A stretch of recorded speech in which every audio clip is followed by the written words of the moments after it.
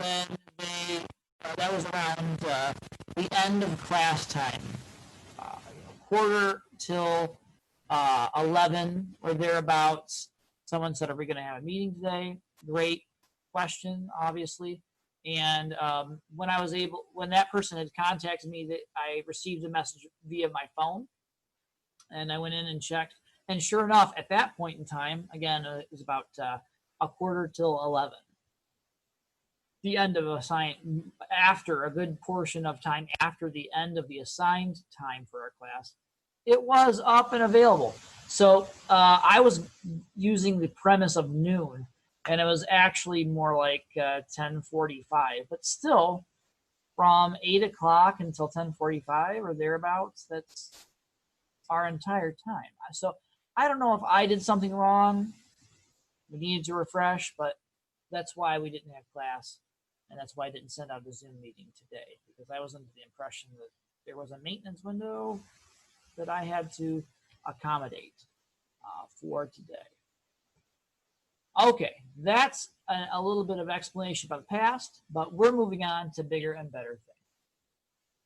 So I'm going to go back to share screen for just one moment. Let's see if I can find this. Okay, we'll get rid of you. And if we go here, oops, here. Okay. All right, let's try this again. Share screen. Post attendee, okay. Here we go. This is the page I want. All right. So as you can see for today's session, we had quite a bit of material planned. I was going to have you review the assignment writing prompt for the self-assessment essay. Hopefully you did that. And if you have questions or concerns, you can certainly discuss them with me. Then we were going to have a Zoom meeting where we talked about fandom and participatory cultures a little bit more, in case you missed the other session. And then we wanted to talk a little bit about outlining and whether or not that's right for you. So first of all, let's go ahead and take a look at our content. I'm going to bring up that article about participatory cultures again from our self-assessment project. And for fandom and participatory culture, there were just a few things I wanted to touch base on with you before we moved into the description of the writing. So hopefully you'll be able to see this when you're reading through the example. We talked last time about what makes a fandom important. And we said that there are 5 defining issues that go into the solidification of a working fandom. So they are, number 1, creativity. It's a time where fans are able to bring something of themselves to the event. Number 2, it's an endeavor that includes a lot of support. So within that community, there are not only other fans that create a supportive and welcoming environment for a new inductee, but that they continue to support each other in a community way, sometimes even including ways that may extend beyond the actual bounds of the fandom itself.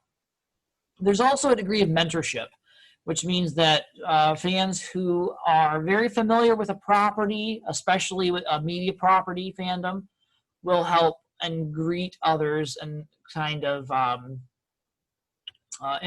help indoctrinate them into their interests and support their initial expertise, or support their initial interest by adding their answers and expertise to their queries. So for example, if you were to just begin to, follow hockey, for example, but you didn't know what a lot of the positions were, well, someone might go ahead and define both the function of those positions within the game, and then they would define the key players at those positions and just sort of help rally the general consensus and understanding so that the appreciation of the initial fandom could become richer and deeper. There are also seems to be an emphasis on the idea that fan contributions matter, okay? So for example, if you were, you know, a fan of a particular football team, you might find that the creation of your sign, you know, maybe a big D and a fence or something like that, would be very helpful, and it would be a welcome addition to the rallying cry for that particular team. Lastly, the idea that's at the center of all this is the concept of social connection. And that's particularly important when we get to the issue of Ready Player One. Trying to find a way to fit that in there. Okay. So for Ready Player One, the entire story hinges on the fact that the heroes in this book are able to come together in a way that creates a community. And a genuine fan-based community experience is viewed in direct opposition to the more corporatized attempt to win the contest that is the focus of the novel. So that's one of the major themes that this book seems to be getting at. Yes, there is a lot of pure information that gets downloaded in the first 5 to 6 chapters. A lot of world building that has to happen in order for us as a group of readers to appreciate the perspective of the main author or the main character of the book. Once we are indoctrinated into the design of the world, though, it becomes, I think, a little bit easier to appreciate and understand the focus of the contest and why it's so important. All right. So those are a couple of things I wanted to touch base on and just review. Now, in our previous session, you may have watched that Zoom conference, and a number of students shared their personal fandoms, some of which are, of course, sports-related fandoms. And I made tried to make two just specific contentions related to sports fandom. Number one, sports fandom is extremely important and powerful because it helps you to develop a positive part of your personality. Meaning that when you get together to watch a game or participate in a team sport, you are reliant upon the players on the other team, upon the officials, the coaches, and the fans to operate within a certain set of parameters. The example I used last time is that, well, if you get ready to play hockey, okay, nobody brings a basketball. The reason is that people have decided to meet there and they've agreed upon certain rules and regulations for that endeavor. And it's these rules and regulations that allow us to appreciate part of what's wonderful about a free and open society. We agree to meet in this particular way and conduct ourselves along these particular lines. That the fact that we have sports and that we are able to attend professional sports events or watch them and for interest and for leisure, that solidifies a sort of social contract that we have with the larger world. When the world is working well and society is stable, we're able to participate in games like this that otherwise are relatively meaningless, but that now take on a special significance because you're weighing your personal tribe, whether it's the city of Chicago or, the White Sox versus the Cubs or whatever the case may be. You're weighing that event against the idea that everybody's going to conform to some kind of expectation, and so that we can have a civilized, rational society and everybody can have a good time. Number two, the other thing about sports is that if you think about a newspaper, most of the time, the subjects that grab our attention are extraordinary, whether they're extraordinary violence in some cases, or extraordinary developments in the political or scientific field. Those kinds of news articles are often selected as choices for news, for the most eye-catching news. And this is often accompanied by the adage that if it bleeds, it leads.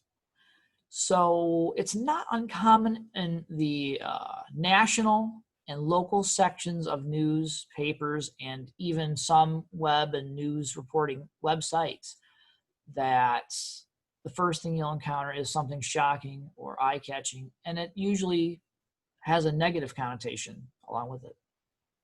The key difference is the sports pages. The sports pages is where you can always turn to see a celebration of humanity. All right. There's always somebody being praised for an excellent feat that they've accomplished or for a victory.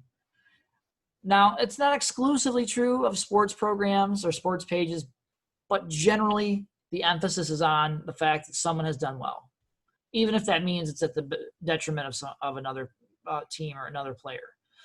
But even then, the emphasis tends to be on a celebratory note and sort of not masking, but at least not accentuating the negative aspects or the losses that are associated with that endeavor. So I think in those two ways, sports fandom is a little bit different. Now, this article, though, asks us to turn our attention from something that's probably very common and very typical for our experiences to a more media-based fandom. And they say that the authors suggest that the ways in which media fandom express interests often can be delineated along gender lines, which I find is interesting as well. So if you can see here in the article itself, I'm going to scroll down a little bit.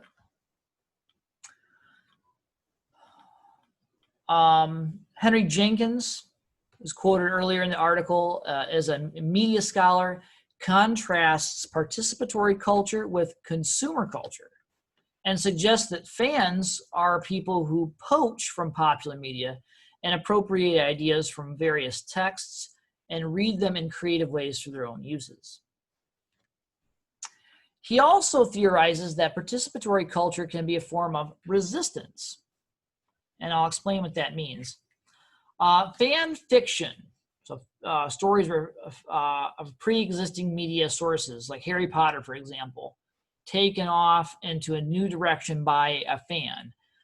Fan videos in which pieces are analyzed or criticized or promoted. Folk songs, which are folk songs, usually with a science fiction or fantasy bent, all often explore themes and aspects of the original source material, which are of interest to sometimes female-dominated parts of a fandom, or more niche elements of a fan community. Despite the focal point or the emphasis of that interest, it says here, fandom's very existence represents a critique of conventional forms of consumer culture. providing a space often which fans may articulate their specific concerns about things like sexuality, gender, racism, colonialism, militarism, and even ideas like forced conformity, excuse me. Not only do fans actively generate their own creative material, but they often do so in ways that critique the media they are consuming. Let's look for a minute at this flow chart. So for example, within the realms of fandom, you can see here that published science fiction and fantasy authors and artists are head and shoulders above the hierarchy. So these are the people who actually create the works themselves. So J.K. Rowling, for example. They would consider themselves at a level above science fiction and fantasy literature fans. So they create the work for the fans, and therefore they earn a degree of coolness that's slightly escalated above those of their fans. After all, fans go to their work. It's not the other way around. But then science fiction fans have within their own ranks a sort of hierarchy as well. So if you think, for example, let's assume you have someone on, they use Robert Heinlein here, but let's assume it's someone like J.K. Rowling, who's perhaps a lot more familiar to most of us. Now, you might have on one level J.K. Rowling. On another level, you may have someone who is an amateur science fiction or fantasy writer or children's literature writer, creator, what have you. Then on the other hand, you might have someone who simply creates video games based on that property. Okay? So let's start with that tangent of video games. Video games are widely culturally acceptable right now. They're very normative. They're more normative, say, than a role-playing tabletop game. That doesn't mean they're better or that, you know, one is worse than the other or anything like that. It's just that within the hierarchy, it's more common to meet somebody who plays a video game than it would be to meet someone who plays a role-playing game. Now, people who play role-playing games and gather together for fun are a little bit more plentiful than people who dress up and actively play out in live action some of the events described in those games. And then those individuals are probably a little bit more, because they've reached adulthood and they can travel back and forth to these events, they're probably a little bit more prolific than, say, the average amount of a 13-year-old gamer who plays anything from board games to video games. If you go back to the author, someone like J.K. Rowling, she's probably a little bit more respected than, say, Stephanie Meyer, the person who created Twilight. I like Stephanie Meyer. Don't attack me just yet, okay? Don't be angry. But I would say generally, J.K. Rowling, because of the age of her readers and the relative age of Stephanie Meyer's readers, J.K. Rowling might have a slightly larger audience, okay? But then, even if you really like Stephanie Meyer's work, you might have people or fans who read books based on a science fiction television show. So maybe a fan of someone, or you would have, you know, an author who wrote a book based on the television show Firefly. They would probably have even less influence over the reading public than someone like Stephanie Meyer, probably much less. And then you would have people who focus solely on those kinds of materials, works based on, you know, literary works based on another form of media, probably near the bottom of the hierarchy. Then on your amateur science fiction writer, you would have people who write fan fiction. So you're not writing an original piece. You're now writing, you know, what happens to, your favorite superhero on their day off or something like that. And then people would say within the general hierarchy, you would even have people below that, and they're going to write erotic-based versions of those characters. Or at the same level, maybe even someone who writes themselves into the narrative of their favorite superhero. Or people who put themselves in their favorite superheroes' erotic adventures. So you can see that even in the media hierarchy, there are levels of how this kind of activity plays out. Now, the most interesting part of this idea is that fandoms can delineate very quickly between male and female fandoms.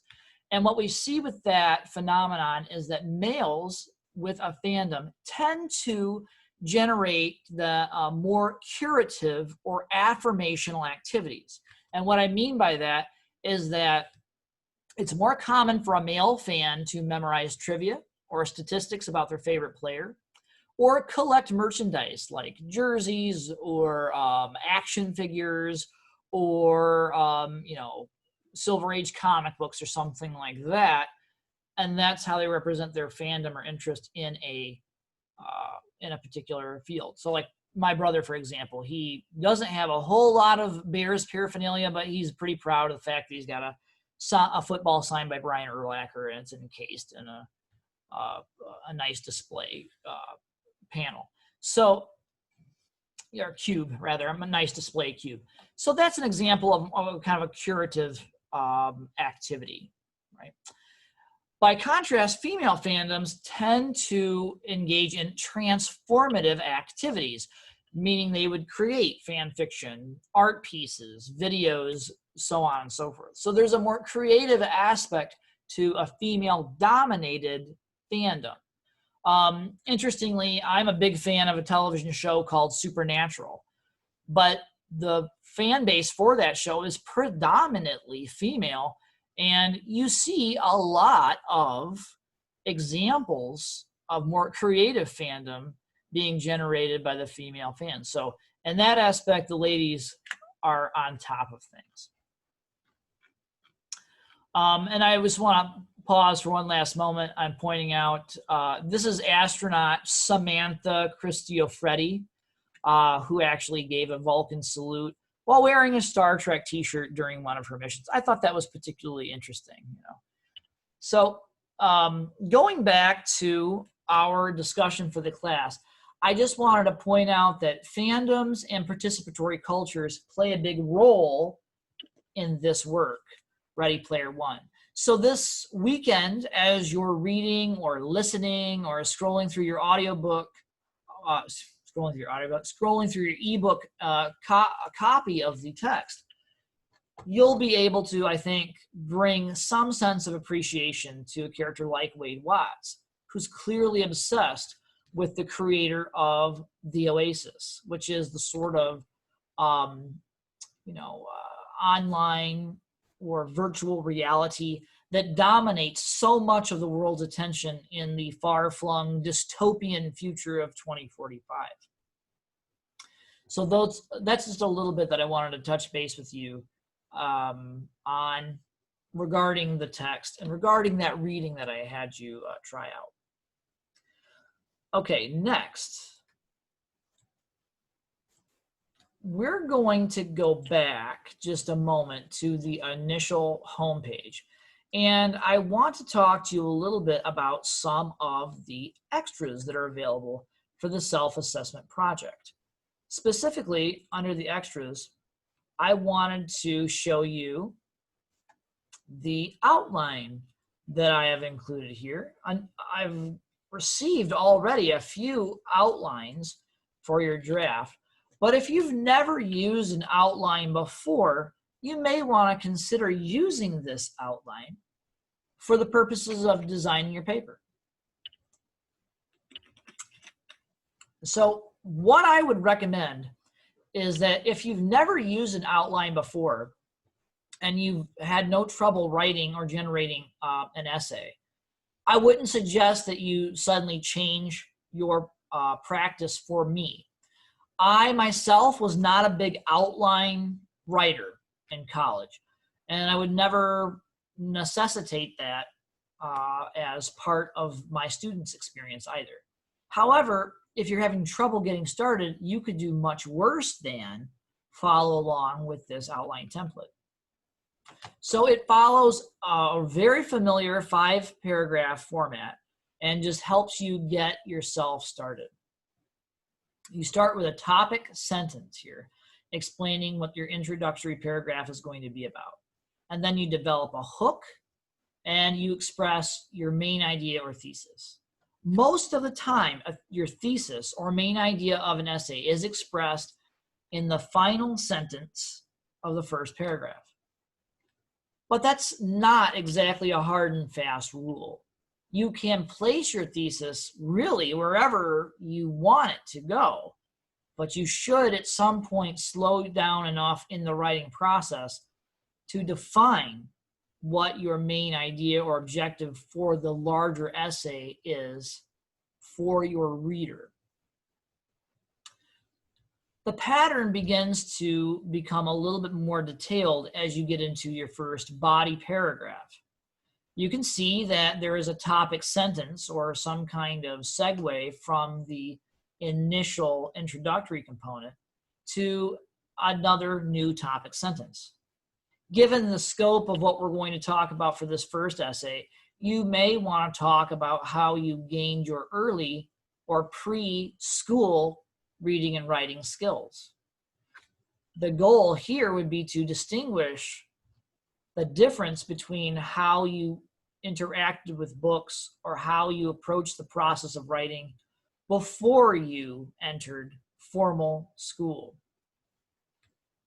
The paragraph might contain some direct quotations or an in-text citation. For these two objectives, for this first essay alone, you probably won't need to include any direct quotes unless they're set in context of an example that you've given. And then the entire process ends with a transition sentence in which you would preview the focal point of the next paragraph. In your second body paragraph, you can see that the process repeats itself. The only distinction being that this time you would establish a new topic sentence for your readers so that they can understand your new or second paragraph goal would be different, but still connected to your initial body paragraph. As you get ready to finish the paper, you would then create a summary sentence, which encapsulates the basics of what you had focused on for each of the preceding paragraphs. The goal of this paragraph, again, would be to wrap the whole assignment up, kind of tie all these existing themes together, express, well, do your pre-existing skills actually prepare you to take this particular course? And then, of course, you'd have a reminder about what your main thesis was and some concluding remarks. The references section here, you won't have to worry about for this first essay, and we can talk about that in more detail as we get closer to the analysis assignment. But you do see a basic book and website format listed here for your troubles, in case you did want to make a reference in an earlier piece. And this is an okay look at what the template would be like, but I want to show you what a complete example would look like. Something that had represented a student's attempt to use this template to fulfill their needs. So here you see the introductory paragraph, topic sentence. Cell phones can be used to exchange all kinds of information, but this information should be treated as private. And then for the hook or attention-getting device, this student has decided to use a quotation. Again, it's not a requirement for this essay, but this is something that this student wanted to do. He quotes Hans Christian Andersen and says, and then he goes on to elaborate a little bit. While the 19th century writer was waxing philosophical on what is best in life, his sentiments eerily reflect the nature of what it means to be truly free in a world that seems to progressively encroach upon our privacy and our expectations to it. More and more of this incursion into the private life of the average person has come to include questions surrounding the information we share and store online, much of which is accessible through the collection of information from our cell phones. And then he goes in and makes a specific statement regarding his main idea or thesis. The state and federal government should not be allowed to access personal information vis-a-vis cell phone data. And he goes on from here to establish his various points for the paragraph. I'm not going to read the entire piece for you because it is available for you to read at your leisure on Desire to Learn. But if you're interested in that, I just wanted to make sure that those components and extra features were visible to you. And I wanted to make sure that you were familiar with where they were in case you were interested in using them. Lastly, I wanted to discuss with you some writing and revision strategies for the paper. In addition to an average outline or that you might create with some general ideas, you now have an idea of what a sentence outline looks like, where you could elaborate in greater detail on the elements present that may be added to your final essay. You could also do a general thumbnail essay, which is just a rough sketch of what objectives you wanted to discuss before you actually begin the writing process. I find thumbnail sketches or outlines to be particularly useful for me because I have general ideas that I want to write about once I've read through a paper. But I sometimes forget in the midst of what I'm writing what my next objective might be, or I forget some things about when should I transition, or how do I want to transition. So having a thumbnail sketch outline, something as basic as this, just a couple of notes. I don't know if, yep, there you go. You can see that. A couple of notes on a note card, right? This is an example. See if I can get that closer. Sorry about that. It's getting bled out. But they were notes for the lecture I was giving about fandom earlier. Just some basic points that I wanted to make sure that I addressed with you. So a thumbnail sketch is another great way to organize your thoughts.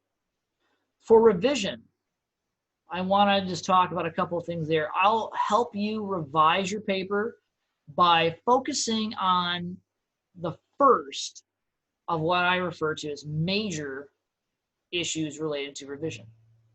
So the first thing that we want to do is identify and revise for written composition and then for clarity. This was a question that many of you answered correctly during the syllabus scavenger hunt. So when we revise, we want to focus primarily on clarity, which means we may have to spend a little bit of time focusing on grammar issues related to fused sentences or run-ons, comma splices, another common form of a fused sentence or run-on sentence, and then fragments. You don't want to belabor your reader with fragments or sentences that run on or are not properly punctuated. Those are going to be our primary issues that we want to address with this first essay. We want to eliminate fragments and we want to eliminate run-ons. I'll call it 3, and when I say that we also want to eliminate comma splices, but remember, comma splices are another form of a run-on. So comma splices, run-ons, and then fragments. If we can get rid of those between your initial draft and your final copy, I'm going to be happy with your results. But if you know that you already have extant issues with those topics and you're thinking about the next step in the writing process, you may want to make sure that you run a grammar check against your initial writing. And number two, I would invite you to read your papers backward. And what I mean by read your papers backward is start with your last sentence and read it from left to right. I don't mean read it like Bizarro Superman. No, that's not what I'm talking about. Just read it from the last sentence first and then go backwards. And if you can do that and the sentences seem to move with a degree of clarity and flow naturally, that's a great suggestion that your papers are reading in a fundamentally clear and precise way, and that your reader is going to appreciate what you have to say. Okay, that was a lot. So I will make an announcement here, and I'll make an announcement on our Desire to Learn webpage too. That because of the little technical snafu that we had today, I feel it's only right to give you a little bit of extra time in case you have questions so that you don't panic or feel that you are without recourse to your instructor. So I will extend our first draft deadline to Friday by midnight. That'll still give me plenty of time to read your papers and critique them. So you may take until 11:59 on Friday, as opposed to this evening, to finish your papers and submit them in good time. Okay. Thanks so much for your time and your attention. Thanks for taking the extra step to download this Zoom meeting, and I will see you in real life on Tuesday. Until then, take care, and remember to think